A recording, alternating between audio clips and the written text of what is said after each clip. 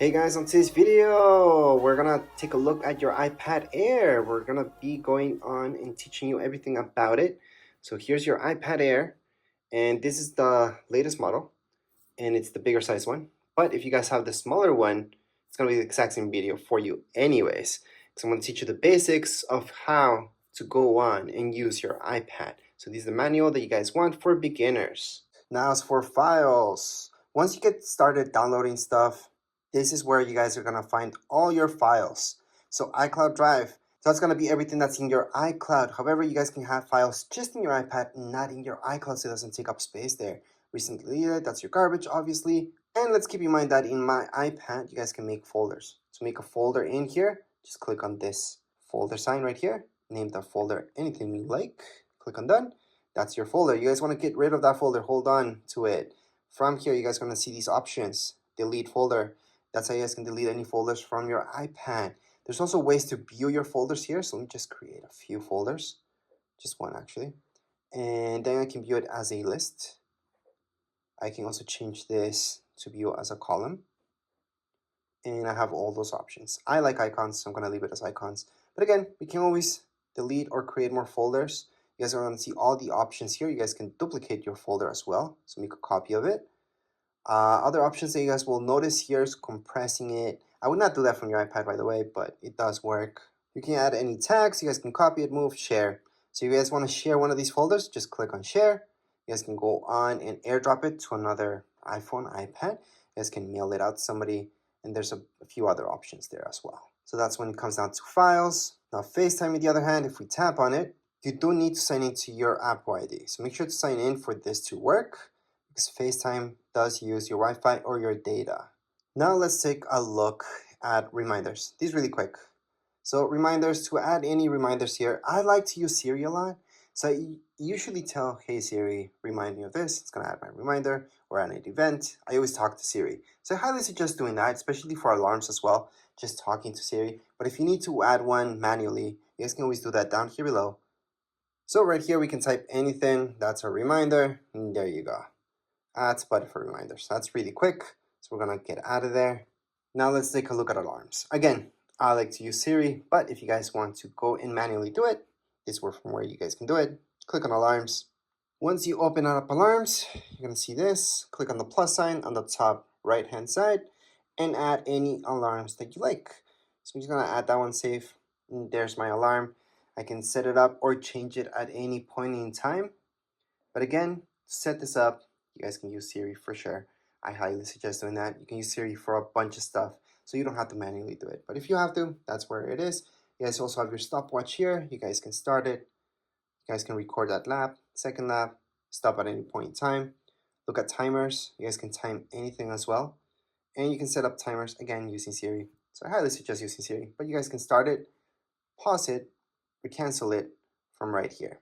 So again, you guys can start anything, any timer, or stop it at any point.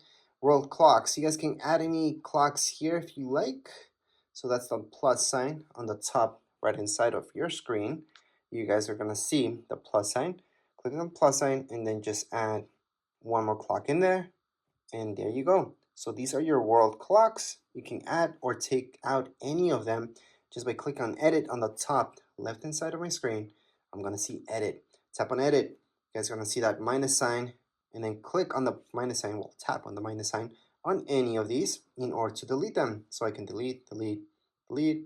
Usually there's too many of these that you guys don't care about, and we can definitely delete all the guys that you guys want and just keep the ones that are important to you. So let's just keep that out of there. Contacts is where you're gonna have all your contacts. So you guys can just add manually your contacts. You guys are gonna see, you can put your first name, last name, company, add your phone number, email, and then just keep adding any contacts. Hopefully you guys don't have to do this manually.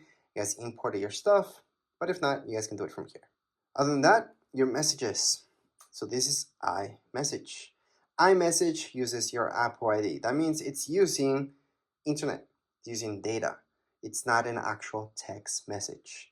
So whoever has an iPhone or iPad will get that message if it's an iMessage. If somebody has an Android, they will not be getting any iMessages, especially from iPads. If you guys have an iPhone, you guys have a data plan or not, the person that you're sending that text message to is going to be sent as a text message to Android devices and usually as an iMessage to anybody that has an iPhone.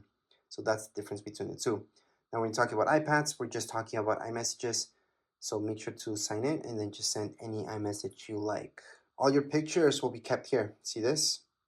That's your app. Allow, continue. And here we go. Remember those pictures that we took in recordings? This is where you guys can play them or delete them. So to delete any pictures from your iPad, hold on to it, delete. There's other ways to delete this as well. If you guys want to delete a ton of pictures, press on select, choose all of them, delete. So we just deleted everything. If you guys want to recover any pictures that you deleted from your iPad, it's pretty simple. Go back here. Then you're going to go into recently deleted. From recently deleted, view album, put in your passcode because that's secure. And from here, you guys can recover anything just by tapping on select that one.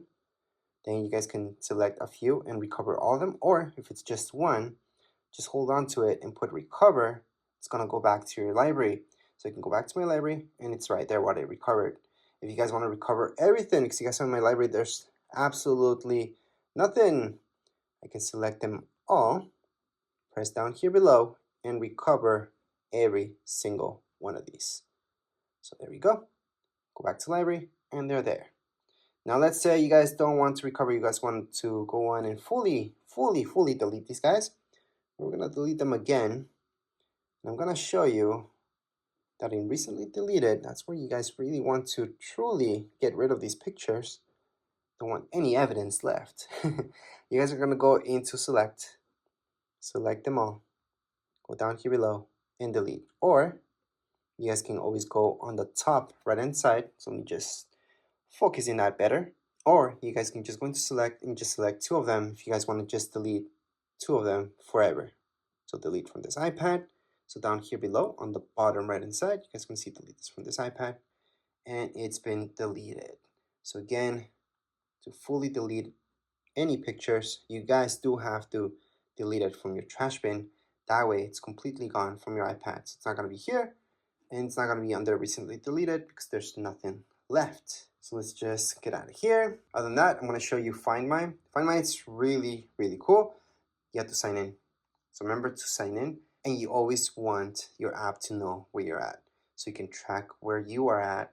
Well, not you, but the iPad itself. So if it ever gets lost, stolen, you guys can track it down. You guys can lock it, blacklist it by turning this on. So make sure to turn it on. Now, if we take a look at your iTunes store, this is where all the good stuff happens. So you guys are gonna buy any music or listen to any music, there you go. Same goes with movies.